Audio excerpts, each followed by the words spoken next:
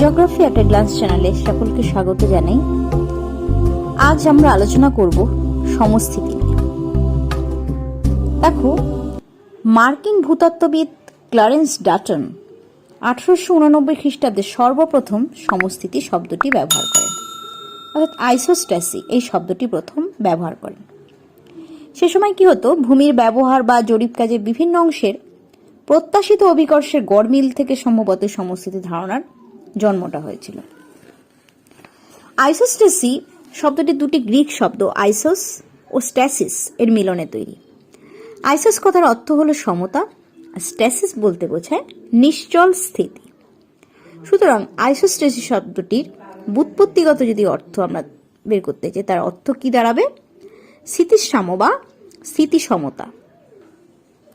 অর্থাৎ ব্যবহারিক অর্থে আমরা যদি দেখি, বাস্তবে আর কি যদি দেখি, তাহলে কি দেখা যাবে যে এটি ভূত্বকের ওপর অবস্থিত পর্বত, মালভূমি ও সমভূমির ভারসাম্যকে বোঝায়। সংজ্ঞা হিসেবে কি বলা যায়? ভূত্বকের বিভিন্ন অংশের বিভিন্ন উচ্চতার ভূখণ্ডের ভারসাম্য বজায় রাখার অবস্থাকে বলা হয় সমস্থিতি। অন্যভাবে বললে বলা যায়, ভূপৃষ্ঠে উচ্চ ও নিম্নভূমির মধ্যে যে সাম্যাবস্থার জন্য পর্বত, মালভূমি, সমভূমি এবং মহাসাগরীয় বিভিন্ন অঞ্চল পরস্পরের মধ্যে উচ্চতার তারতম্য বজায় রাখে, সেই সাম্যাবস্থাকে বলা হয় সমস্থিতি। এবার আমরা দেখে নিই এই যে সমস্থিতির ধারণার উৎপত্তি হলো কিভাবে। এই বিশ্ব ব্রহ্মাণ্ডের প্রতিটি বস্তু অর্থাৎ গ্রহ, নক্ষত্র ইত্যাদি সৃষ্টি ও গতিবিধির যেমন ভারসাম্য রয়েছে, তেমনি ভারসাম্য লক্ষ্য করা যায় পৃথিবীর অভ্যন্তরীণ চাপ, তাপ, ঘনত্ব ও মহাকর্ষণ শক্তির প্রভাবের ক্ষেত্রে। পৃথিবীর ক্ষেত্রে এই মহাকর্ষ শক্তিকে বিজ্ঞানী নিউটন অভিকর্ষ বলেছেন। এই অভিকর্ষের মান অক্ষাংশ ও উচ্চতার উপর নির্ভর করে, তোমরা সেটা আগেই জানো। এই বিষয়টি পরীক্ষার জন্য 1735 খ্রিস্টাব্দে ফরাসি একাডেমির বিজ্ঞানী পিয়ের বোগার ওনার নেতৃত্বে এক সমীক্ষক দল আন্দিস পর্বতমালায় অভিকর্ষ মান নির্ণয়ের জন্য যান। সেখানে বোগার দেখলেন যে যন্ত্রের ওলন বা প্লাম্বামের তার হিসেব অনুযায়ী যতটা আন্দিজের দিকে আকৃষ্ট হওয়ার কথা ততটা হচ্ছে না। সে সময় বোগার কিন্তু কারণ ব্যাখ্যা করতে পারেননি। উনি বুঝতেই পারলেন না যে ওলন যন্ত্রটি কেন আন্দিজের দিকে সেভাবে আকৃষ্ট হলো না। এর প্রায় 125 বছর পর 1859 খ্রিস্টাব্দে সার্ভেয়ার জেনারেল জর্জ এভারেস্ট ভারতে একই দ্রাঘিমার ওপর দুটি স্থান বেছে নিয়ে একই সময় সমীক্ষা করেন। দুটি স্থানের একটি হলো হিমালয়ের কাছে পাঞ্জাবের কালিয়ানা, অপরটি হলো এর 600 কিলোমিটার দক্ষিণে রাজস্থানের কল্যাণপুর। কাগজ কলমে নিউটনের অভিকর্ষ সূত্র অনুসারে দুটি স্থানে ওলন্দরির বিক্ষেপের তফাৎ হওয়ার কথা ছিল 15.885 সেকেন্ডের, কিন্তু বাস্তবে কি দেখা গেল? এই পার্থক্য হলো না, হলো মাত্র কত? 5.23 সেকেন্ড। তাহলে সেই সময় কলকাতার কর্মরত আরেক সার্ভেয়ার আর্চডিকন প্র্যাট এই ঘটনার ব্যাখ্যা দেওয়ার চেষ্টা করেন। তার মতে উনি কি বললেন যে ভূভাগের সাধারণ শিলার চেয়ে পর্বতের শিলা হালকা, অর্থাৎ তার আপেক্ষিক গুরুত্ব কম। ফলে ওলন্দরির যে বিক্ষেপ মহাকর্ষ সূত্র অনুযায়ী সাধারণ শিলার চেয়ে পর্বতের শিলা হালকা হওয়ার জন্য কি হলো, তার থেকে কম হলো, বিক্ষেপটা কম পাওয়া গেল। যেহেতু হালকা, এটা আমাদের ধারণাতেই ছিল না যে পর্বত হালকা হতে পারে। এর মধ্যে অন্য এক তথ্য দিলেন ফরাসি বিজ্ঞানীরা। তারা আটলান্টিক মহাসাগরে বিস্কে উপসাগরে জরিপ করছিলেন। তারা ভেবেছিলেন যে সাগর মানে কি ফাঁকা জায়গা, সেক্ষেত্রে ওলনের বিক্ষেপ সাগরের উল্টো দিকে অর্থাৎ ভূভাগের দিকে হবে। কিন্তু বাস্তবে জরিপে কি দেখা গেল? সাগর ওলনকে টানছে।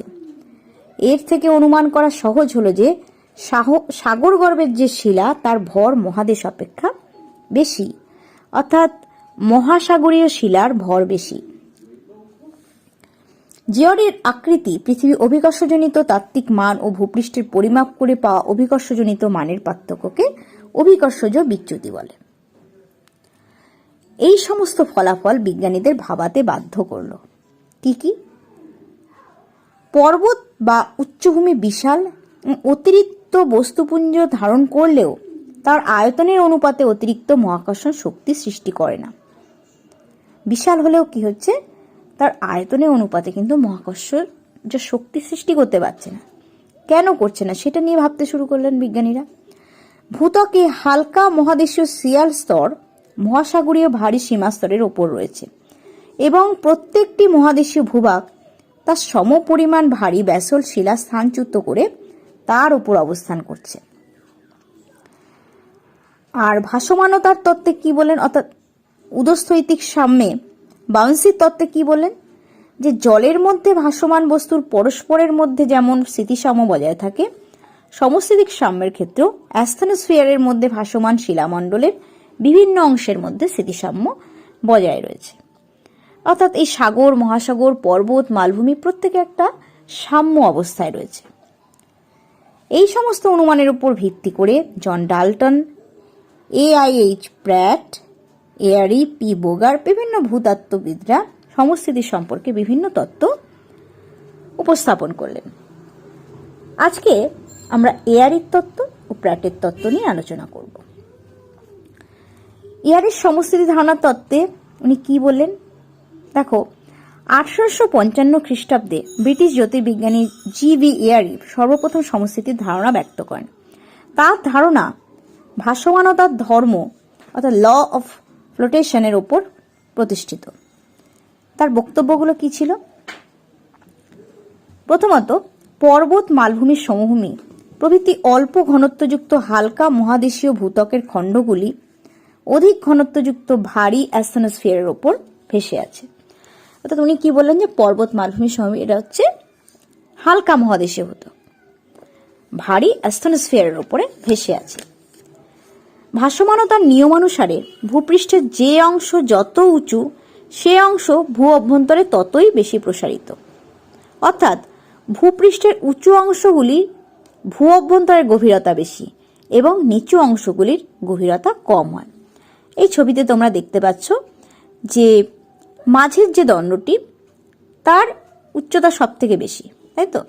এই অংশটা ওপরে যতটা আছে, দেখো ভেতরের দিকেও কিন্তু ততটা অংশই রয়েছে।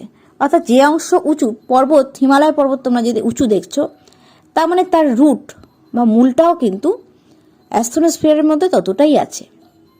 এটা ওনার বক্তব্য অনুযায়ী। আবার যে অংশর উচ্চতা কম সেটা কিন্তু অ্যাস্থেনোস্ফিয়ারে কম দূর পর্যন্ত বিস্তৃত আছে। ভারী ও ঘন সীমাস্তরে নিমজ্জিত শিয়াল স্তর একই সমতলে থাকে না।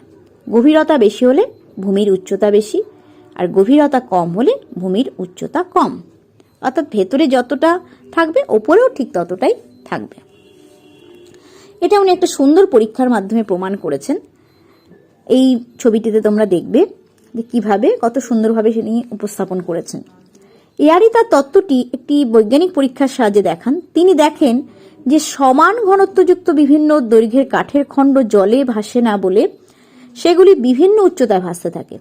তিনি কতগুলো সমান ঘনত্বযুক্ত বিভিন্ন দৈর্ঘ্যের কাঠের খণ্ড নিয়েছেন। এখানে দেখতে পাচ্ছ বিভিন্ন দৈর্ঘ্যের কাঠের খণ্ডগুলো। কাঠের ভেসে থাকা অংশের দৈর্ঘ্য ডুবে থাকা অংশের দৈর্ঘ্যের 1:10 অনুপাতে হয়। অর্থাৎ যেমন হিমশৈলের বরফের 1/10 অংশ ভাসমান এবং 9/10 অংশ জলের তলায় থাকে। 1 ভাগ উপরে থাকে, 10 ভাগ নিচে থাকে। তিনি সমান ঘনত্বের বিভিন্ন মাপের লৌহদণ্ড পারদপূর্ণ পাত্রে রেখে দেখলেন যে সেগুলি উচ্চতা অনুপাতে পারদে ডুবে আছে। অর্থাৎ পারদের ওপর ভেসে থাকা লৌহদণ্ডের উচ্চতা কম হলে তার ডুবে থাকা অংশের গভীরতাও কম হবে। এখানে দেখতেই পাচ্ছ যে মাঝের অংশ তার উচ্চতা সব থেকে বেশি, যতটা উপরে আছে পারদের মধ্যে কিন্তু ঠিক ততটাই ডুবে আছে। আবার পাশের দণ্ড দুটো দেখো, ডান দিকেরটা যদি আমরা দেখে নিই, যতটা উপরে আছে ঠিক ততটাই কিন্তু পারদের মধ্যে ডুবে আছে। এইভাবে খুব সুন্দরভাবে উনি তার তত্ত্বের ব্যাখ্যা করলেন। এবার এর মধ্যে কিছু সমস্যা রয়ে গেল। একটা তত্ত্ব উপস্থাপন যখন করা হয় তার সমালোচনাও হয়, ক্রিটিসিজম আছে কিছু।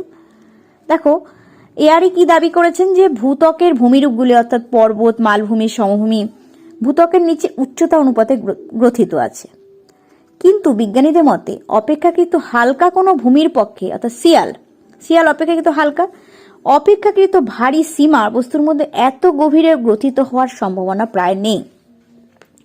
এটাই বলতে চাইছে যে হালকা বস্তুর ভারী বস্তুকে কিভাবে সরিয়ে সেই অংশ গঠিত হয়ে যাচ্ছে, এর সম্ভাবনা নেই।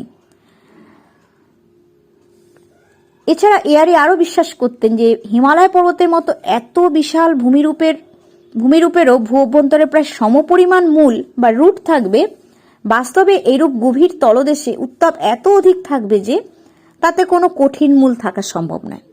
যেটা উনি তত্ত্বে বললেন যে যতটা ওপরে থাকবে ঠিক ততটাই গ্রথিত থাকবে অ্যাস্ট্রোস্ফিয়ারে। কিন্তু হিমালয় প্রায় 8,848 মিটার উচ্চতা, তত গভীরে যাওয়ার আগেই গভীরে এত উষ্ণতা থাকবে সেটা কিন্তু গলে যাওয়ার সম্ভাবনা থাকবে, অর্থাৎ অত গভীরে কঠিন মূল থাকা সম্ভব নয়। তাহলে দেখো এখানেও একটা সমস্যা তৈরি হলো। এই তত্ত্ব বলে যে পর্বত, মালভূমি, সমভূমি, সাগরতল সবই ভূগর্ভে যে যার অনুপাতে পতিত থাকবে এবং সাম্য অবস্থা বজায় থাকবে। সে সকল ভূভাগ ভূগর্ভে যত বিস্তৃত তার পক্ষে সাম্যতা বজায় রাখা কিন্তু অসুবিধাজনক।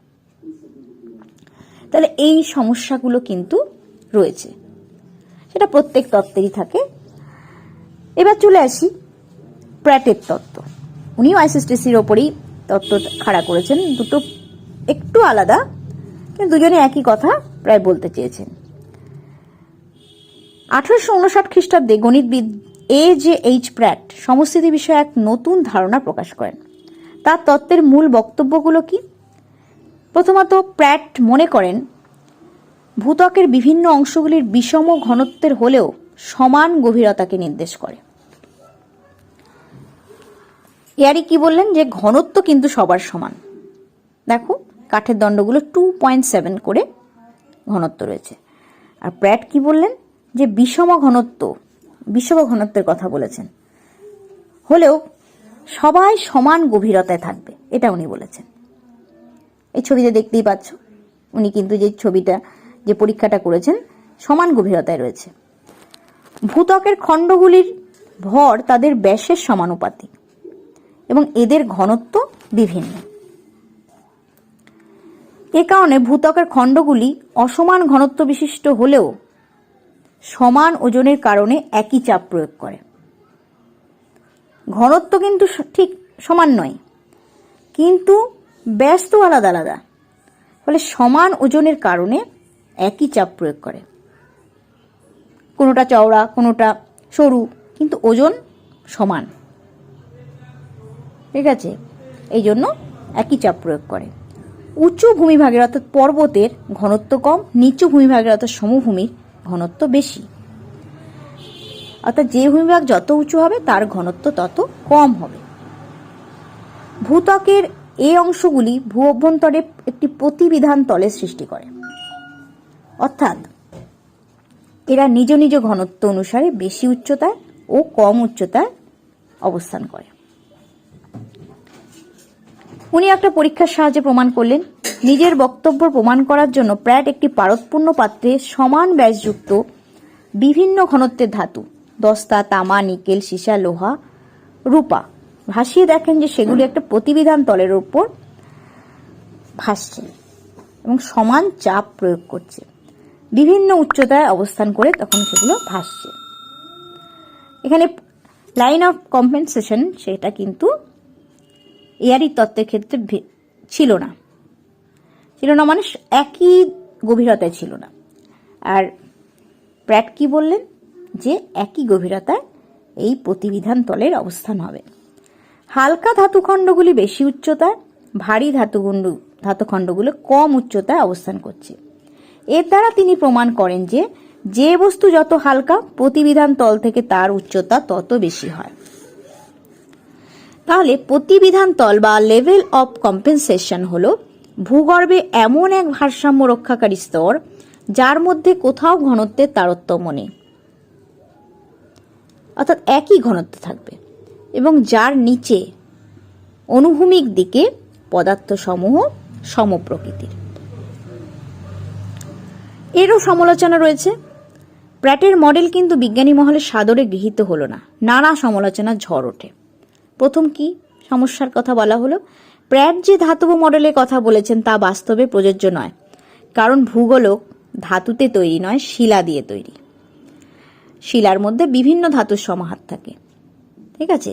তাহলে শিলার মধ্যে আপেক্ষিক গুরুত্বের তারতম্য ধাতুর তুলনায় অনেক কম, মাত্র 2.6 থেকে 3.3, ফলে এটা সম্ভব নয়,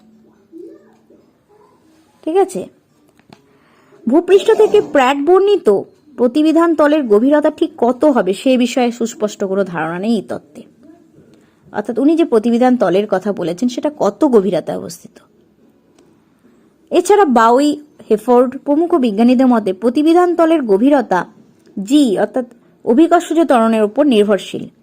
বিভিন্ন স্থানে প্রতিবিধান তলের মান আলাদা হবে, কারণ জি এর মান আলাদা আলাদা হয়, ফলে সামতলিক প্রতিবিধান তলের ধারণা বাতিল হয়। অর্থাৎ যে প্রতিবিধান তল একই তলে অবস্থান করবে সেই জিনিসটা কিন্তু বাতিল হয়। তাহলে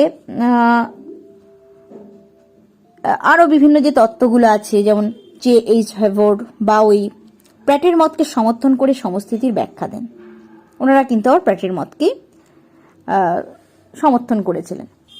এদের মতে মহাদেশের নিচে সাধারণত 16 কিলোমিটার পুরু স্তর রয়েছে, যার মধ্যে সমস্থিতি ঘটে। প্রতিবিধান তলটি প্রায় 100 কিলোমিটার গভীরে রয়েছে, যার উপর মহাদেশের বিভিন্ন অংশ বিভিন্ন ঘনত্বে হওয়ায় বিভিন্ন উচ্চতায় অবস্থান করছেন। ওনারা কিন্তু এই গভীরতার কথা উল্লেখ করলেন। এই সময় বিজ্ঞানী হাইস্কানেন এয়ারির সমর্থনে একটি মতবাদ প্রকাশ করেন।